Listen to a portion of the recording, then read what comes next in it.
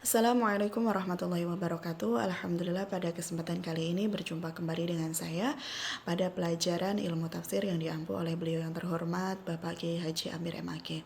Dan saya sendiri Nurubeda Rahmawati dari kelas A29 dengan NIM 23811311113. Pada kesempatan kali ini saya akan menyampaikan tentang pengertian tafsir menurut istilah. Menurut As-Suyuti dalam kitab Al-Itqan menyebutkan bahwa tafsir adalah ilmu yang mempelajari tentang turunnya ayat-ayat dan hal ikhwalnya mengenai cerita-cerita dan sebab-sebab turunnya.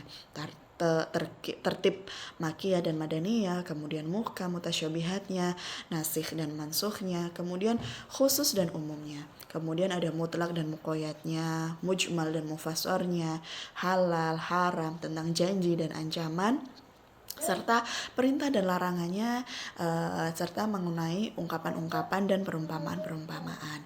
Jika ditinjau dari sumbernya, tafsir terbagi menjadi dua, yaitu tafsir bil ma'thur, yakni tentang tata cara menafsirkan ayat-ayat Al-Quran yang didasarkan atas sumber Al-Quran, hadis, riwayat sahabat, dan riwayat para tabi'in. Contoh kitab dari tafsir bil ma'thur ini yakni Jami'ul Bayan karangan beliau Ibnu Jarir At-Tabari. Kemudian ada kitab tafsir Abu Lais As-Samarkandi. Keistimewaannya adalah menekankan pentingnya bahasa dalam memahami Al-Quran. Yang kedua, memaparkan ketelitian redaksi ayat ketika menyampaikan pesan. Kemudian menurut beliau Bapak Quraisy Shihab dalam buku Membumikan Al-Quran, keistimewaan dari tafsir bil maksur yaitu mengingat mufasir dalam bingkai teks ayat-ayat sehingga membatasinya terjerumus dalam subjektivitas yang berlebihan. Yang kedua ada tafsir birro'i, yaitu penafsiran Al-Quran dengan ijtihad, terutama setelah seorang mufasir betul-betul mengetahui perihal bahasa Arab, asbabun nuzul, nasikh mansukhnya, dan lain-lain yang diperlukan lazimnya mufasir. Contoh dari kitab tafsir birro'i yaitu kitab yang sangat terkenal. Yang pertama ada tafsir Jalalain yang disusun oleh beliau Imam Jalaluddin Muhammad Al-Mahali dan disempurnakan oleh beliau Jalaluddin Ahmad Abdurrahman As-Suyuti, dan tafsir Ruhul Ma'ani yang disusun oleh beliau Syihabuddin Al-Alusi.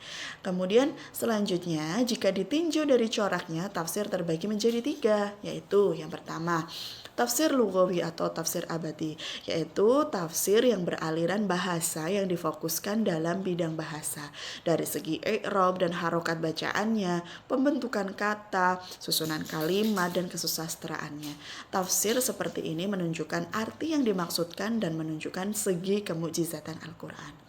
Yang kedua, tafsir fikih atau tafsirul ayat ahkam, yaitu tafsir yang beraliran hukum fikih yang difokuskan kepada hukum yang kadang-kadang dalam hal ini ditafsirkan hanya ayat-ayat yang menyangkut permasalahan hukum saja.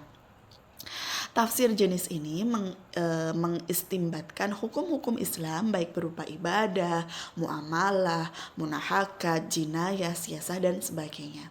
Yang ketiga adalah tafsir sufi, yaitu tafsir Quran yang beraliran sufi. Yang keempat, tafsir dari metodenya terbagi menjadi empat, yaitu metode tahlili, yang kedua metode ijmali, yang ketiga metode muqaron, yang ketiga adalah metode maudhu'i. Metode tahlili adalah suatu metode tafsir yang bermaksud menjelaskan kandungan ayat-ayat Al-Quran dari seluruh aspeknya. Di dalam tafsirnya, penafsir memulai uraiannya dengan mengemukakan arti kosakata, diikuti dengan penjelasan mengenai arti ayat secara global. Kemudian metode ijmali, suatu metode tafsir yang menafsirkan ayat Al-Quran dengan mengemukakan makna global, dalam sistematika uraiannya. Penafsir membahas ayat demi ayat sesuai dengan susunannya yang ada di dalam mushaf, kemudian mengemukakan makna global dari ayat tersebut. Yang ketiga, metode muqaron, yaitu tafsir dengan mengemukakan ayat Quran yang ditulis oleh sejumlah penafsir. Yang keempat, mohon maaf, tafsir maudhu'i, yaitu metode ini menafsirkan Al-Quran mengenai judul atau topik tertentu dengan memperhatikan urutan turunnya masing-masing ayat dengan sebab turunnya yang dijelaskan dengan berbagai macam keterangan. Berikut yang dapat saya sampaikan, kurang lebihnya mohon maaf atas perhatiannya. Kami haturkan terima kasih. Wassalamualaikum warahmatullahi wabarakatuh.